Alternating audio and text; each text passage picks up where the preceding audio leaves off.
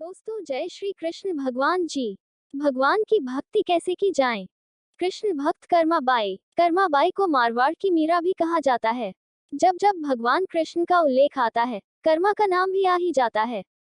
वे भगवान की महान भक्त थी और भगवान श्री कृष्ण उनके हाथ से प्रतिदिन भोग ग्रहण कर भोग की थाली रिक्त कर देते थे। राजस्थान के नागौर जिले की मकराना तहसील में एक गांव है कालवा। इस गांव में जीवनराम डूडी के घर 1615 ईस्वी में एक पुत्री का जन्म हुआ। भगवान की बहुत मन्नतें मांगने के बाद इसका जन्म हुआ था। नाम रखा गया कर्मा। कर्मा के चेहरे पर एक अनोखी आभा रहती थी। कृष्ण भक्त जीवनराम स्वयं धार्मिक पुरुष एवं अनन्य कृष्ण भक्त थे। उन्होंने भगवान के नाम मदन मोहन से अपने घर में कृष्ण भगवान का मंदिर बना रखा था। वे प्रतिदिन भगवान कृष्ण की पूजा करते और भोग लगाते तथा भगवान को भोग लगाने के बाद ही भोजन ग्रहण करते। यह उनके घर का नित्य का नियम था। इसी प्रकार समय बीतता गया। कर्माबाई प्रतिदिन अपने पिता को श्री कृष्ण भगवान की पूजा करते देखती, उनको भोग लगाते देखती। यही सब देखते सीखते कर्माबाई का बचपन बीत रहा था। अतः बचपन से ही उस नन्ही कर्मा में भक्ति भाव के संस्कार थे। इन्हीं संस्कारों के बीच पलते बढ़ते कर्मा 13 वर्ष की हो गई। कर्मा का खिचड़ा। एक बार जीवनराम को कार्तिक पूर्णिमा स्नान के लिए पुष्कर जाना था। उनकी पत्नी भी उनके साथ जा रही थी। वे कर्मा को भी साथ ले जाना चाहते थे, लेकिन एक समस्या आ गई। उनकी अनुपस्थिति में भगवान को भोग कौन लगाता। इसलिए उन्होंने कर्मा को यह जिम्मेदारी सौंपी और बोले, पुत्री, हम दोनों पुष्कर स्नान के लिए जा रहे हैं। तुम सुबह भगवान को भोग लगाना और उसके बाद ही भोजन करना। कर्मा ने यह जिम्मेदारी सहर्ष स्वीकार कर ली। माँ पिता के तीर्थ यात्रा के लिए जाने पर कर्मा ने सुबह स्नान आदि कर बाजरे का खिचड़ा बनाया और पूजा के लिए अपने घर में बने भगवान के मंदिर के समीप आ गई। भोग की थाल भगवान के सामने रखकर हाथ जोड़कर बोली, हे प्रभु, भूख लगी तो भोग लगा हुआ है, आप भोग ग्रहण कर लेना, तब तक मैं घर के और काम कर लेती हूँ। भगवान द्वारा भोग ग्रहण नहीं करना। इसके बाद वह काम में जुट गई। बीच बीच में वह थाली देखने आती, लेकिन भगवान ने खिचड़ा नहीं खाया था। बहुत देर होने के बाद भी जब भगवान जी ने भोग ग्रहण नहीं किया, तो उसे चिंता हुई कि क्या पता भगवान जी को खिचड़े में स्वाद न आ रहा हो, इसलिए ग्रहण नहीं कर रहे। इसमें घी की या गुड़ की कमी रह गई क्या। फिर जाकर उसने और गुड़ व घी मिलाया और वहीं बैठ गई। लेकिन भगवान ने फिर भी भोग ग्रहण नहीं किया। तब मायूस होकर उसने कहा, हे प्रभु, आप भोग ग्रहण कर लीजिए। माँ बापू पुष्कर नहाने गए हैं। आपको भोग लगाने अभी कुछ दिन वो लोग नहीं आएंगे। आपको भोग लगाने की जिम्मेदारी मुझे दी गई है, इसलिए आपके भोग लगाने के बाद ही मैं खाना खाऊंगी। परंतु भगवान जी ने फिर भी भोग ग्रहण करना शुरू नहीं किया। कर्मा की भगवान से शिकायत। फिर कर्मा उनसे शिकायत करते हुए बोली, माँ पिताजी, जब भोग लगाते हैं तब तो आप भोग ग्रहण कर लेते हैं, फिर आज क्यों भूखे बैठे हैं। इतनी देर हो गई है, खुद भी भूखे बैठे हैं और मुझे भी भूखा रखा है। यह सब बोलकर वह भगवान के भोग ग्रहण करने की प्रतीक्षा करने लगी। परंतु यह क्या, अब तो सुबह से दोपहर समाप्त हो शाम हो चली थी। भूखी कर्मा अब रोआंसा हो गई और दुखी हो रोते हुए बोली, हे भगवान जी, आप ग्रहण कर लीजिए भोग, अन्यथा मैं भी भूखी ही रह जाऊंगी। अंततः कान्हा के काठ की मूर्ति से आवाज आई। कान्हा बोले, कर्मा, तुमने पट बंद किया ही नहीं, तो मैं भोग ग्रहण कैसे करूं। यह सुनकर कर्मा ने पट खींचकर उठ कर दी। भगवान ने भोग ग्रहण किया। भगवान श्री कृष्ण ने खिचड़े का भोग ग्रहण किया और थाली पूरी खाली हो गई। कर्मा ने पलट कर देखा तो भोग की थाली में भोग नहीं बचा था। तब कर्मा बोली, भगवान जी, इतनी सी बात थी तो पहले बता देते, खुद भी भूखे रहे और मुझे भी भूख ही रखा। इसके बाद कर्मा ने खिचड़ा खाया। अब तो प्रतिदिन कर्मा खिचड़ा बनाती है और भगवान जी भोग ग्रहण करने आते। इसी बीच उसे लगने लगा कि उसे सबसे पहले भगवान को भोग लगा देना चाहिए। क्या पता उन्हें जल्दी भूख लग जाती हो, साफ सफाई नहाने धोने के कारण भगवान के भोग में देर हो जाती हो। फिर वह सबसे पहले उठकर भोग बनाती और प्रभु को भोग लगा लेती। फिर अपने दिन भर के काम करती। कर्माबाई के माता पिता का तीर्थ से लौटना। कुछ दिनों बाद उसके माता पिता तीर्थ से लौट आए। आते ही पिता ने अपनी लाडली पुत्री से पूछा, पुत्री, तुमने किसी भी दिन भगवान को भूखा तो नहीं रखा। कर्मा बोली, नहीं पिताश्री, मैंने भगवान जी को प्रतिदिन भोग लगाया। फिर जब माँ रसोई घर में गई तो देखा जाते समय तो गुड़ का मटका पूरा भरा था, अब खाली कैसे हो गया। उन्होंने कर्मा को बुलाया और पूछा, पुत्री, गुड़ कहाँ है? कर्मा ने बताया कि रोज भगवान कृष्ण उसके पास आते और खींचड़े का भोग ग्रहण करते। कहीं मिठास कम न हो जाए, इसलिए खींचड़े में गुड़ कुछ ज्यादा डाल दिया। उसने पहले दिन हुई परेशानी के बारे में भी बता दिया।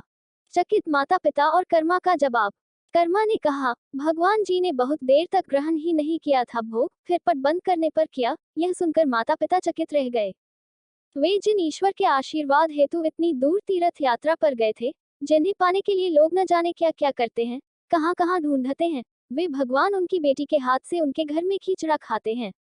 यह कैसे संभव है? उन्हें चिंता भी हुई कि बेटी बावली तो नहीं हो गई है। ये भी सोच लिया कि क्या पता कर्मा ने ही पूरा गुड़ खा लिया हो। इस पर कर्मा ने कहा, अगर आपको यकीन नहीं है तो कल देख लीजिए, मैं खुद भगवान को भोग लगाऊंगी। इस आश्चर्य से वे रात भर सो नहीं पाए। कर्मा बाई का खिचड़ा और भगवान। दूसरे दिन कर्मा ने खिचड़ा बनाया और मंदिर में भोग की थाली रखकर पट बंद कर दिया और बोला, हे भगवान जी, ये लोग नहीं मान रहे कि मैंने आपको ही गुड़ घी खिलाया है। अब आप भोग खाकर स्वयं सिद्ध कीजिए। भक्त की पुकार सुन भगवान को आना ही था और कान्हा खिचड़ा खाने आ गए। जब पट खुला तो जीवन राम और उनकी पत्नी आश्चर्यचकित थी कि भोग की थाली में भोग बचा ही नहीं है। फिर कर्मा का जीवन प्रतिदिन भोग लगाते ही निकला। देवी कर्मा जगन्नाथपुरी में जब उनके माता पिता नहीं रहे, तब वे एक दिन अपने कान्हा की मूर्ति साथ लेकर तीर्थाटन के लिए निकल पड़ी। परंतु भगवान की कृपा से उन्हें हर दिन खिचड़ा बनाने के संसाधन मिल ही जाते और वे प्रतिदिन कान्हा को खिचड़ा खिला लेती। तीर्थाटन करती हुई देवी कर्मा भगवान जगन्नाथ की नगरी पहुंच गई और वहीं रहने का मन बना लिया। वहां भी रोज भगवान को खिचड़े का भोग लगाती और पट बंद कर देती। भगवान भी प्रतिदिन उनके भोग को ग्रहण करते। बालक का खिचड़ा मांगना। जिस दिन उन्होंने पहली बार जगन्नाथपुरी में खिचड़ा बनाया, उसी दिन उनके पास से जा रहे एक बालक ने उनसे कहा, माता, घी की बड़ी अच्छी सुगंध आ रही है, क्या भोजन बचा है? देवी कर्मा ने कहा, हाँ बालक, बचा है, तुम बैठो, मैं तुम्हें देती हूँ। यह कहकर देवी कर्मा ने उस बालक के लिए भी खिचड़ा लगा दिया। बालक पूरे मन से स्वाद लेकर खा रहा था। देवी कर्मा को यह देखकर सुख की अनुभूति हो रही थी। उस बालक ने खाते खाते पूछा, माता, क्या मैं कल आऊंगा तो भी मुझे खिचड़ा खिलाओगी? यह सुनकर देवी कर्मा मुस्कुराई और बोली, हाँ पुत्र, तुम यदि प्रतिदिन आओगे तो मैं प्रतिदिन तुम्हें खिचड़ा खिलाऊंगी, तुम निसंकोच आना। यह सुनकर बालक प्रसन्न हुआ और प्रतिदिन देवी कर्मा के पास खिचड़ा खाने आया करता था।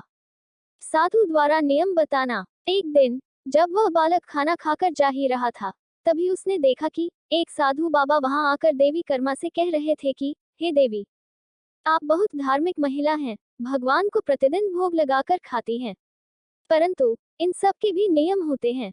आपको बिना नहाए ऐसा नहीं करना चाहिए।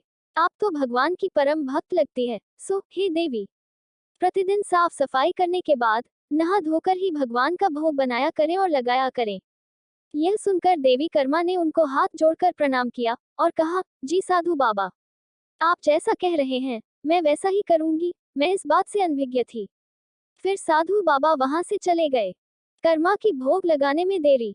अगले दिन से देवी कर्मा साफ सफाई कर नहा धोकर भोग बनाने लगी, परंतु अब भोग लगाने में देरी हो जाती और जब तक भोग नहीं लगता उस बालक को भी भोजन नहीं मिलता।